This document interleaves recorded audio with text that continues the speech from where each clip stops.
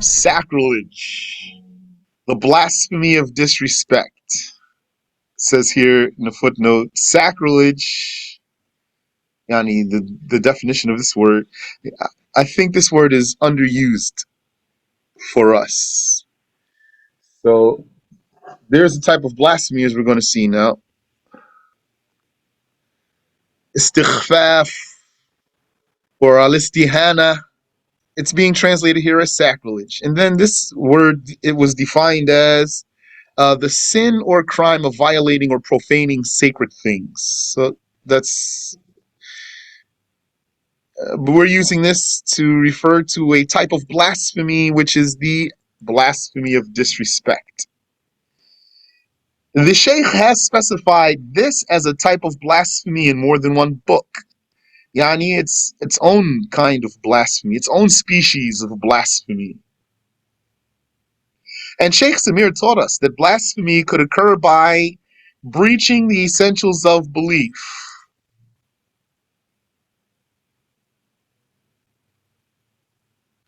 contradicting the religious rules, and belittling what is religiously glorified.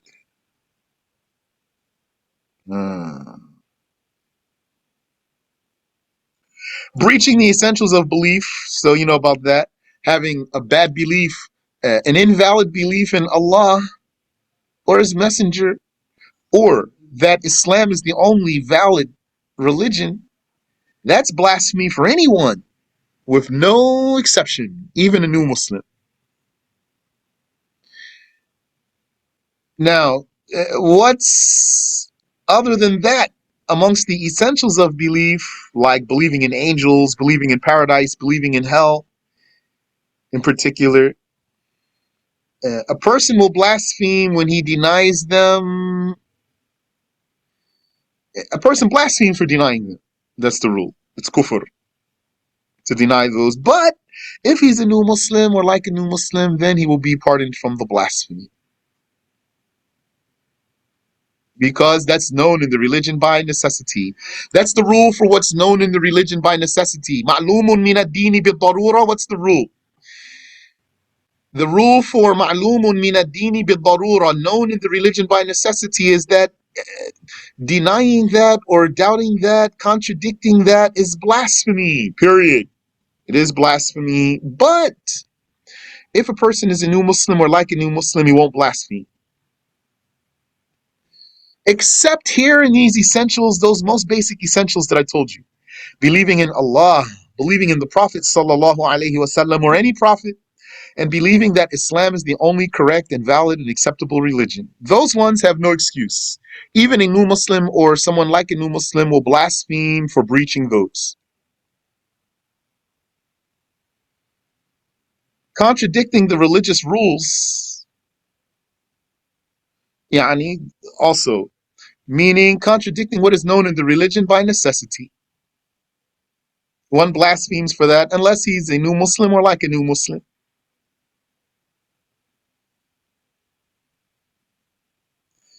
And belittling what is religiously glorified, which is what we are involved in now, sacrilege, the blasphemy of disrespect. But quickly here, this rule about what is known in the religion by necessity, stick fast to that, hold fast to that. You heard it so many times. One person called me to ask me a question about blasphemy. His question is muddled, actually. He sees that his question is sound. His question itself is muddled. And he told me, I can't find anyone who will answer my question. I told him the question is broken. He said, what? How? No, it's clear. I told him it's clear in your own mind. He said, no, it's definitely clear. I told him, what? Why nobody can answer your question for you? He said, because sometimes even the sheikhs, they don't have enough knowledge. So I said to him, not immediately. I'm just bouncing around here when I'm telling you. I said to him at one point, what's the rule for someone who denies something that's not known in the religion by necessity? So he stumbled. He didn't say he doesn't blaspheme. He said, what? Huh? What? What did you ask? Told him. What's the rule of the one who denies something that's not known in the religion by necessity? He stumbled more. What? And they start talking. I told him, stop here. See your problem. You don't even understand the basics of the rules of blasphemy, because the answer is he doesn't blaspheme, and that's it. And you should have just said that much. Yani, and that's after I told him, this rule you are asking me about, don't say it this way. Say it this way. Say, whoever denies something that's known in the religion by necessity blasphemes, unless he is a Muslim or like a new Muslim, except for those most essential matters of belief. Then he will blaspheme even if he is a new Muslim or like a new Muslim. Say that. Don't say it the way you have formulated it. You have formulated something, and it's muddled actually, and you confused yourself, and you go around asking the sheikhs to answer something for you that they can't answer because the question is muddled. Abandon this formulation, this formula that you put together, and say it this way. I'm telling you now. So, as if he didn't accept. Subhanallah wa bihamdi. So anyway, the Shaykh mentioned in Qawa'id Muhimma and in the summary of obligatory knowledge as a general rule, كل قول أو فعل أو اعتقاد فيه استخفاف بالله. That's the sacrilege. الاستخفاف. أو رسله أو كتبه أو ملائكته أو أحكامه أو وعده أو وعيده أو شعائره أو معالم دينه فهو كفر. Every saying, doing, or conviction in which is belittling Allah, al-istikhfaf, sacrilege for God, or His Messenger, His books, His angels, His rules, His promise, His threat, or the signs of His religion is blasphemy. What does His promise mean? His promise is, does anyone know what's His promise? When we say belittles His promise, what does His promise mean? Wa'duhu. 5, 4, 3. Okay, you said paradise. Okay, yes. His promise is to admit those who die as believers into paradise. Yani, with or without torture, but for sure. Anyone who died as a Muslim, he shall indeed enter the garden one day and then never leave there. Yes, and his threat is his threat to torture the disobedient. Anyone who disrespects any of that, or the signs of his religion, like the adhan, or the Kaaba, or the khimar, not a woman's khimar, some particular woman, the khimar in general, just as a symbol of the religion, not some woman's khimar. Belittling that is blasphemy. The beard, not my beard or your beard, but the beard as a sign of the religion. Whoever belittles that, he blasphemes. This includes mocking one of the names of Allah, His promise, or His threat, while knowing such matters have been attributed to Him. That's from the summary of obligatory knowledge, as you know. This does not include merely dispraising or insulting hellfire. That's in Qawa'id Muhimma, because dispraising hellfire does not necessitate mocking the threat of hellfire. It is not that hell has a grand status itself. Rather, its severe torture is what cannot be underestimated. Allah has dispraised hellfire in the verses of the Quran, such as فَبِئْسَ الْمِهَادِ. What a bad place is hellfire. Yani, that's an insult. Hellfire, the place of hellfire is insulted in the Quran. So if someone insults hellfire, we're not going to deem him as a kafir. Rather, if he underestimates the torture of hell, then he's committing blasphemy. Here's some footnotes. This includes mocking one of the names of Allah or His promise. Mocking the promise of Allah is to mock the promise of paradise for the believers, or that which is prepared in it, like saying that paradise is not a great reward, or saying paradise is baby's toy, it's a rattle, it's a baby rattle, or anything like that. That's blasphemy. Or his threat. Footnote, like mocking the threat of Allah is to mock the threat of the torture of the afterlife for the blasphemers and the sinful Muslims. Like saying the torture of hellfire is minute, or the saying of some of the foolish, what some of the fools say, it will just make us warm on that day. Or they say, we'll be with the fun lovers there. Or some say, hell is it's a clinic. We'll get better there. That's all blasphemy. Or, yani, like one rapper said, you would rather go to hell with gasoline underwear than to challenge me. That's blasphemy. In both cases, the one who says that belies the Quran. So this includes mocking one of the names of Allah or his promise or his threat while knowing that such matters have been attributed to him. Footnote, for the blasphemy to occur, this mocked promise or this mocked threat has to be something that the mocker is aware of. He's aware of its establishment in the religion. That's a condition for the blasphemy in this case. Denying or belittling a threat that he was ignorant about and is not something well known to both the knowledgeable and the ignorant is not blasphemy. Because then his disrespect is not really directed towards the religion, because he doesn't know that it's from the religion. So he's not blaspheming. Like denying the existence of scorpions in hell without knowing that that's confirmed. This does not include merely dispraising or insulting hellfire, as we just said. Had hellfire been good, we would not have said, "Oh Allah, protect us from hell." It is permissible to say that hellfire is khabitha, wicked, wretched, etc. Yani, think about hellfire like a trash dumpster. What do you put in the trash dumpster? The trash, the garbage. To say, if prophets, angels, or all Muslims testified before me about something, I would not accept from them. This is blasphemy without detail. Because his talk, the one who said that, includes the Muslims past and present. It discredits the consensus and it is an attack on the religion. Subhanallah. If he said, if prophets, angels, or all Muslims testified before me about something, I would not accept. That's from the summary. Or to say, even if Fulan were a prophet, I would not believe in him, or I would not believe him. This belittles the status of prophethood. That's blasphemy. That's from the summary. To say, I do not acknowledge Allah, the angels, the Prophet, the Quran, the Islamic law, or Islam.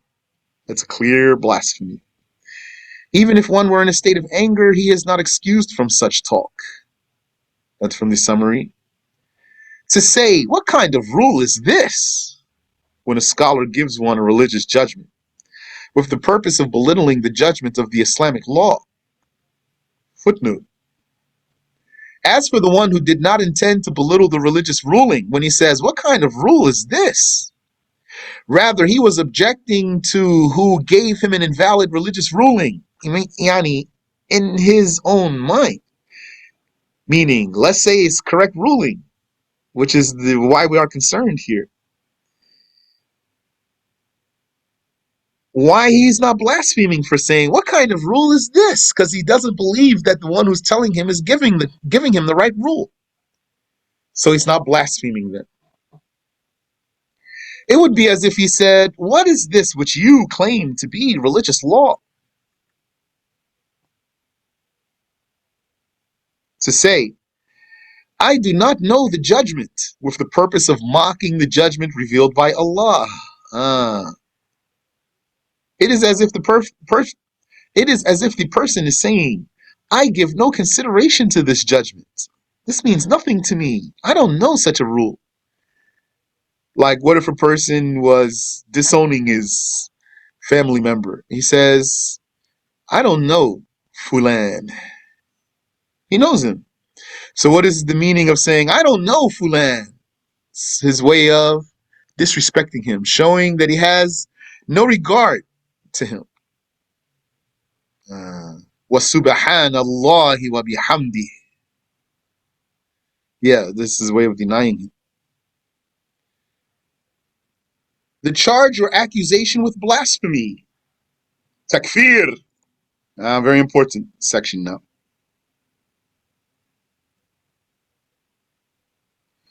To label or judge someone as a kafir, a blasphemer, is called takfir or, excuse me, it's called takfir or ikfar.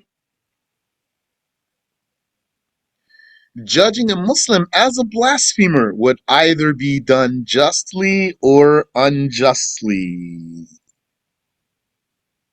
Footnote. Among the deviants who unrightfully charged the Muslims with blasphemy is Sayyid Qutb. He judged the rulers of the secular law as blasphemers, claiming that they blasphemed for ruling by other than the revealed laws. He judged the common people as blasphemers whether they followed those rulers or not, because they live under their rulership and do not rebel. That's his creed.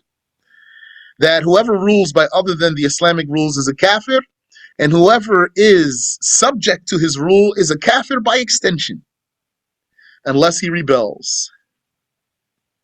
He even judged the shepherds and the adhan callers in the mosques as blasphemers. The shepherds, yani, are the simplest of commoners. And the adhan callers, meaning the ones who are shouting the shahada aloud. The simplest of commoners, he deemed them as kuffar, and the ones who are shouting the shahada out loud, he called them kuffar. His followers have taken his path and judged all but themselves as blasphemers, and began to kill people, women, children, and elderly, in Egypt, Algeria, and other places.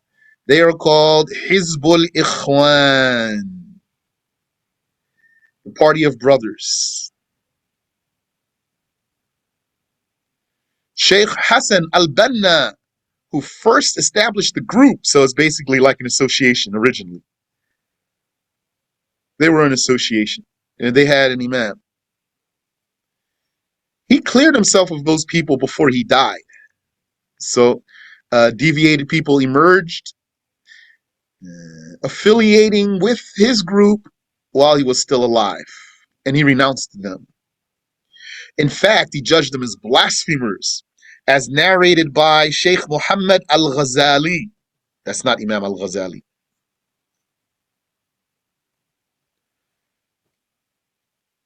I have two Z's here. That would mean Ghazali.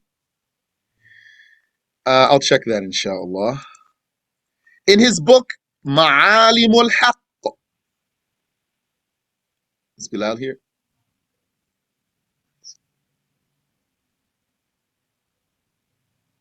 It's not here.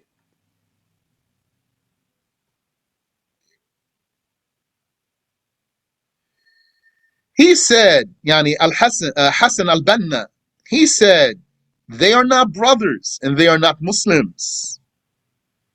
Because they call themselves Ikhwanul Muslimin also. Ikhwanul Muslimin, the brothers of the Muslims, or the Muslim brothers. He said, they're not brothers and they're not Muslims. This is in the second edition of the book, published in 1963. 1963. Then, when these people reprinted the book, Yani, they got control of the organization. The deviant people, they hijacked the organization. When they reprinted the book, they found the statement of Sheikh Hassan al-Banna and they erased it from the next edition. Because Muhammad al-Ghazali died, here's without two Z's. I don't think it's two Z's. It is obligatory to warn against them. They fake out the people by saying that they want to establish the judgment of the Quran. But in reality, they want to gather the Muslims to step on their shoulders and reach the rulership themselves. And had they reached it, they would rule by the secular law. That's what the Sheikh says about them. Those people claim they want the caliphate to return, and they want to establish the Islamic law. And if they got the power, they would rule by the secular law. Didn't something like that happen in Egypt? Wasn't there one of them? He got into power in Egypt. What did he do? I don't know his name though. They also call themselves Al Jama'atul Islamiyah, the Islamic group, which is not permissible to be used in reference to them, for them, used for them. It's not permissible to use that name for them because Islam is innocent of these people. Just like we don't call Wahhabis Salafis. They intend by this name that they are the Muslims and no one else. They fake the people out by referring to some of the verses out of their proper contexts, yani by misinterpreting verses of the Quran, such as the saying of the Exalted One, وَمَنْ لَمْ يَحْكُمْ بِمَا أَنزَلَ اللَّهُ فَأُولَٰئِكَ هُمُ الْكَافِرُونَ. It literally says that whoever does not rule according to what Allah revealed are blasphemers. Ibn Abbas explained this verse by saying, it is not the kufr you think, because it says, humul kafirun. That means there's a kufr involved here. Ibn Abbas said, ليس الكفر ليس الكفر ليس الكفر الذي تذهبون إليه. It's not the kufr you think it is, which is the kufr that takes one out of the religion. He said, it's not that. This ayah does not mean the kufr you might think it is.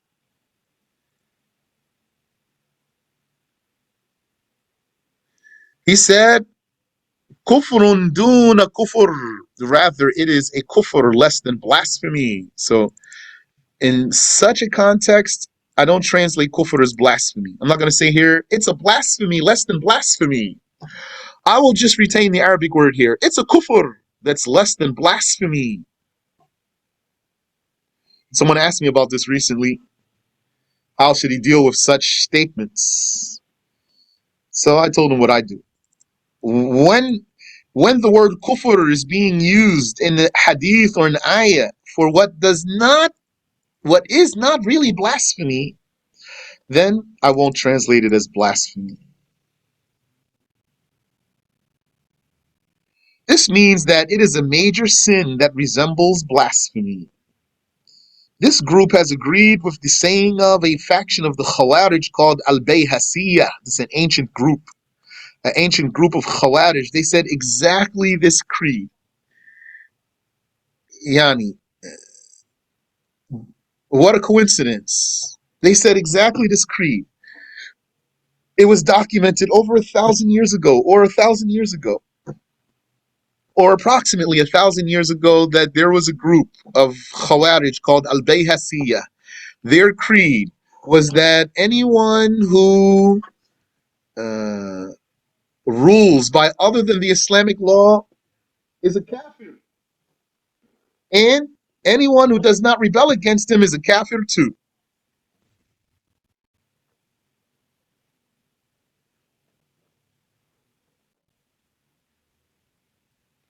Some of them said that whenever the Imam blasphemes, the citizens also blaspheme. So that's a case of unjustly deeming Muslims as kuffar.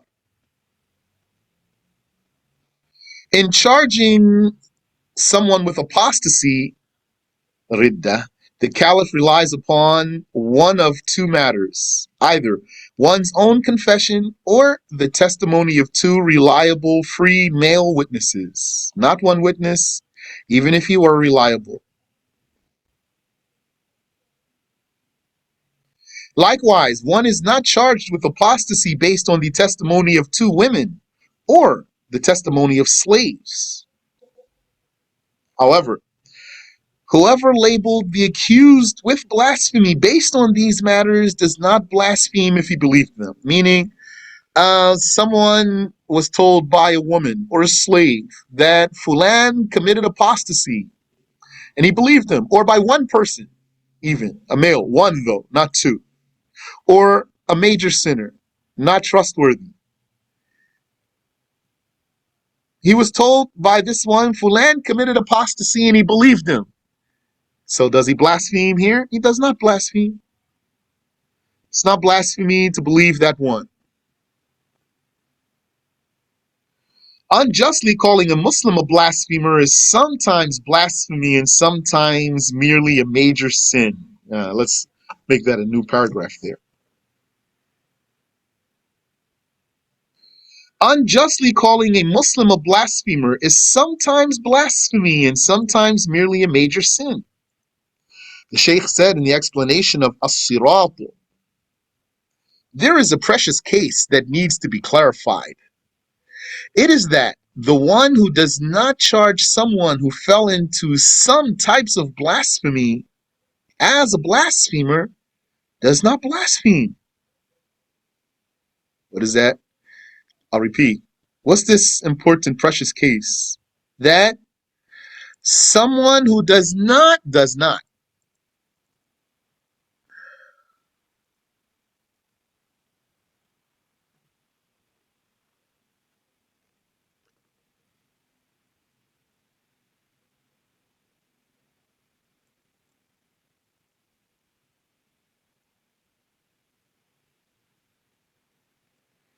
someone who does not charge another, the one who does not charge someone, another one, who fell into some types of blasphemy, and he really fell into blasphemy. Someone who really did commit blasphemy, there's another one who does not charge this one who fell into blasphemy as a blasphemer. Saying charge here, or yani deem if you want. Deem does not deem, I'll say deem. So to reserve the word charge for official, like the caliph, for example, will charge him with blasphemy, or the judge or the scholar.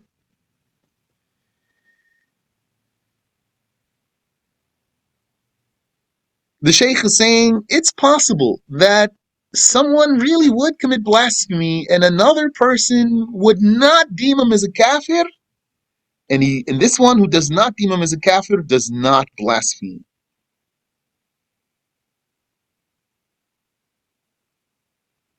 Now, actually, this goes back up here and the new paragraph starts here.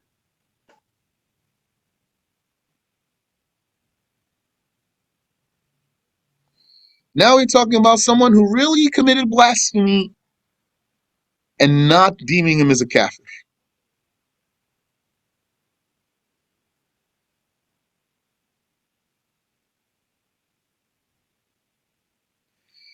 There is a precious case that needs to be clarified. It is that the one who does not deem someone who did fall into some types of blasphemy as a blasphemer does not blaspheme. Yeah, this is a thing. That's a thing. Who does blaspheme is the one who does not charge with blasphemy someone who fell into other types of blasphemy. This means there's some cases of true blasphemy when someone does not deem the one who fell into it as a blasphemer, he blasphemes. But there's other cases of true blasphemy when someone does not deem that one who fell into it as a kafir, he does not blaspheme. This is what the Shaykh wants to clarify here. He said, this is because there are two types of blasphemy. One type is obvious, and there is no difference among the Imams about it being blasphemy, and that the one who commits it blasphemes. Thus, the one who does not charge its perpetrator with blasphemy blasphemes. Yani, there's a very obvious blasphemy, and there's a very obvious kind of blasphemy.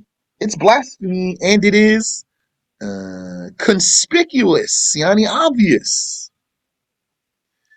Then there's something taken out here. That's this ellipses here is to tell you there's an omission here. You can look in the explanation of As-Sirat if you want to see what's there. This is like insulting Allah or the prophets, or belittling the religion of Islam, or denying the resurrection after death, or denying reward or punishment. Whoever doubts about the blasphemy of these cases blasphemes. The one who doubts about the blasphemy of these cases. Someone denied any of this, and the one who witnessed him deny that, did not deem him as a kafir. Then he blasphemes. You are bound here to deem that one as a kafir. The other type, which is the blasphemy that is actual blasphemy, it's real blasphemy. And you can say here real. The blasphemy that is real blasphemy. However, if someone did not judge the one who committed it as a blasphemer, he does not blaspheme. So it's another kind of blasphemy. This is despite that it is blasphemy. So Shaykh is reaffirming for you. We're not saying it's not blasphemy. We're saying it is definitely blasphemy. Just as the first case is blasphemy. Then there's something omitted here. Check the book to see it if you want. An example of this is for someone to insult Azrael, the death angel. That's his name.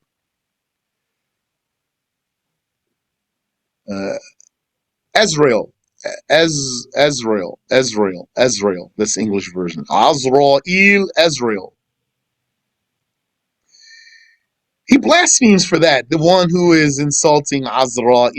He is a kafir. We're not saying he's not a kafir. He is a kafir. But the one who doubts about his blasphemy does not blaspheme as long as that were not out of stubbornness. Yani some person is not sure of the status of Azrael. Yani means here he's ignorant. He is lacking knowledge. So when he heard someone insult Azrael, it wasn't for him clear that this is blasphemy. He didn't know the status of Azrael.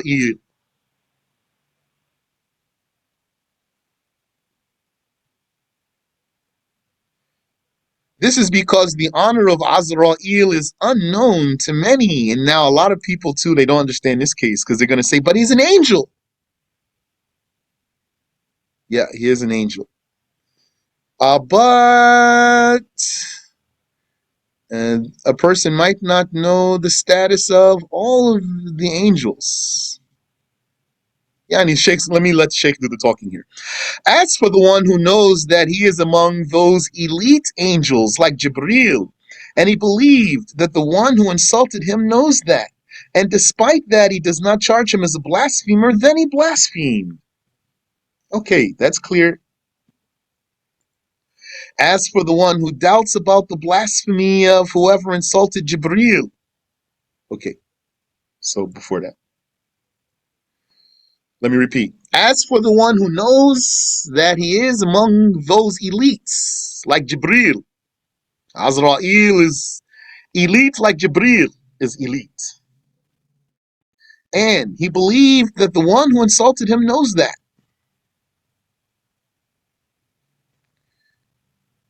And despite that, he does not judge him as a blasphemer, then he blasphemed. So what's not included there?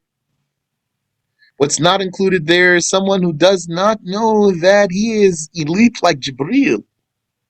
So here's where some people don't understand. They say, well, he's still an angel, though. Don't we believe that all of the angels are obedient? None of the angels commit sins? They're all obedient believers? The answer is, yeah, we do believe that. But first of all, there's two ranks of angels. There's the master angels and there's the common angels. And the status of the common angels is what is missing for a lot of commoners, a lot of laymen. The status of the common angels, that the common angels are like the elite angels in this regard. That's what's missing from a lot of the commoners.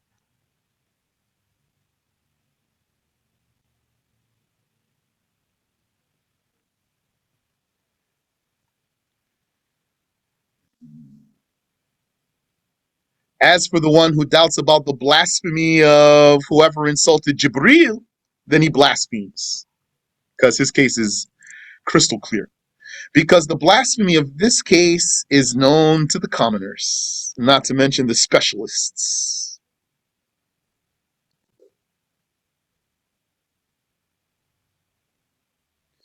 The specialists include the scholars and the students of knowledge, for they both know many cases that are unknown to the lay people.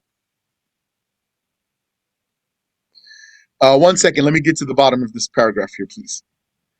It is known from this that the statement that some people repeat is not a rule. Throw it away and warn against it, for it is not valid to be said. That statement is, whoever does not judge a blasphemer as a blasphemer blasphemes. Sheikh says this is not a rule. Throw it away and warn against it. This statement should not be said because blasphemy is of two types. One type is the type that if someone does not charge the one who commits it as a blasphemer, he blasphemes. And in the other type, one is not charged with blasphemy if he is uncertain about whether it's blasphemy or not. Okay. Question.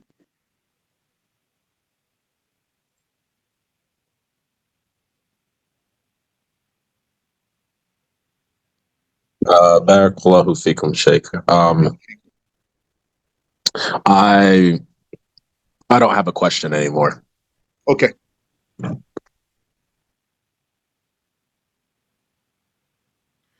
Judge Abu Hafs al-Ghaznawi, in his book An-Nur al-Lami' said, everything that is certain to be apostasy is judged as such by virtue of the certainty. Remember, what's in red is my addition, my own contribution.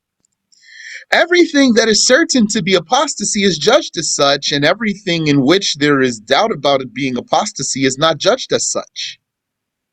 That's his statement. Everything that is certain to be apostasy is judged as such by virtue of the certainty, and everything in which there is doubt about it being apostasy is not judged as such by virtue of the doubt. This is very, very, very important. That's why a lot of times someone asks me, is this blasphemy? I say to them, if it's not clear for you, don't deem it as blasphemy. What they really want me to do, though, is for me to think about it and tell them it's blasphemy or not. So I don't like to think about the blasphemy, actually. We talk about blasphemy all the time, but don't misunderstand. I don't like to think about blasphemy. And many, many, many times it annoys me when someone asks me a question about blasphemy. And so I will tell a person, if it's not clear for you that it's blasphemy, don't deem it as blasphemy. That's my way of relieving him and relieving myself. This is because, we're continuing the quote here, this is because the established and firm Islam is not removed by doubt. Thus, the judge and the mufti rely on the confirmed matters conveyed to them, not what's questionable. So many things are not clear. The people, as Yani, they don't know the rules of blasphemy. They don't understand the rules of blasphemy. That's what it boils down to. So, since they don't understand the rules of blasphemy, then if it's a clear, explicit blasphemy, then okay. But if it's not a clear and explicit blasphemy, then they don't know what to do. Even though they learned, they still don't know what to do. So what you do, you say, when you have the question, is this blasphemy? That means it's not clear for you unless you want to think about it. Sometimes you need to think about it, then it will be clear for you that it's blasphemy or not. If you want to think about it, then think about it. Also, don't panic and say, if I don't know if it's blasphemy right away, right now, right this moment, maybe I'm committing blasphemy. No, don't do like that. That's a trap of the devil. It's not clear for you. So just don't panic. And if you want to think about it, then just slow down, take a breath and think about it. so that you can determine that it's blasphemy or not. And if you don't want to think about it, then you might not have to. Like something you saw in a YouTube video or a movie, or some person in passing said something and you don't know if it's blasphemy or not, you can just say, Allahu Alam, I don't even know what that means. And just leave it alone. All of what we're talking about right now is what? When it's not clear, explicit, frank, blatant, obvious blasphemy.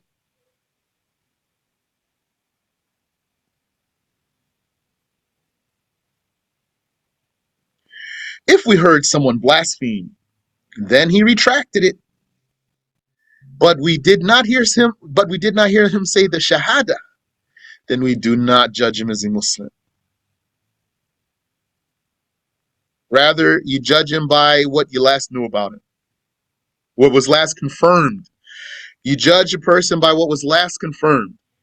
If the last thing you knew about a person was that he's a kafir, that's what you keep. If the last thing you knew about him that he was a Muslim, that's what you keep. Some people think, well, why don't we just think good of him and say he's a Muslim? Because that's not the rule. For example, what if you had a neighbor who's a kafir? Do you say one day, maybe my neighbor became a Muslim for no reason? Just no, for no reason. No, you don't. It won't be until you see a sign. Maybe she started wearing a scarf. You say, you became Muslim? MashaAllah. Assalamu alaikum. That's so great. Wow. Inshallah, you can come over.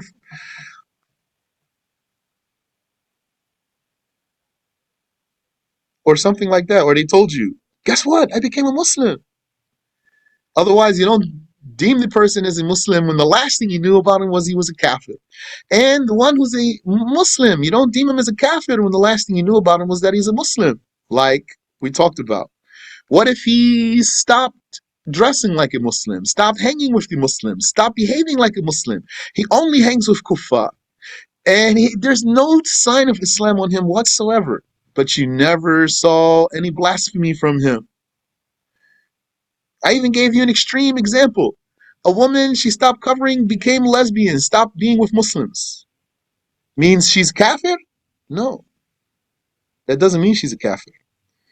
If the last thing you knew about this one was that this one was a Muslim and you never saw blasphemy, then you do not deem the person as a kafir. And I'll give you an analogy, maybe makes it easier for you, which this is not difficult anyway. For example, what if you knew that someone lived at a certain address? So someone told you, where does Fulan live? You're going to say, well, the last I knew, he lived such and such place. Right? Yeah, you're not going to say, uh, maybe he moved. You might say maybe he moved. That's why it's just a slight example here, just to bring it closer to your understanding. You would say, the last I knew is that he lived at such and such place. So you resort to the last that you knew. That's how you do for deeming a person as a Muslim or a kafir. The last that was confirmed for you. However, if the heart believed that he retracted his blasphemy and came back to Islam because it was claimed that he did, for example, it would be lawful for us to ask Allah the Exalted to forgive him if he died. Yeah, here, this means there was an indication. The heart believed that he retracted his blasphemy and came back to Islam for some indication, not just because you want to believe that he did. For some indication, like he claimed that he came back to Islam, or someone told you, no, he came back to Islam. Or you asked him, did you come back to Islam? He said, yes. Then it would be lawful for us to ask Allah, the Exalted, to forgive him if he died, and for us to pray for his mercy. On the other hand, it would not be lawful for us to give Muslim women in marriage to him, nor to allow him to inherit as long as we did not hear the Shahada from him. Yes. We are saying his apostasy is confirmed for us. Then we believed that he came back to Islam. because of an indication. Not though that he said the Shahada. That's not why we believe he came back to Islam, not by the Shahada. By something else like what I already told you. Then you're allowed to judge him as a Muslim, give him salam, give him a date to break his fast, give him a prayer carpet so he can pray, tell him what time the prayer comes in.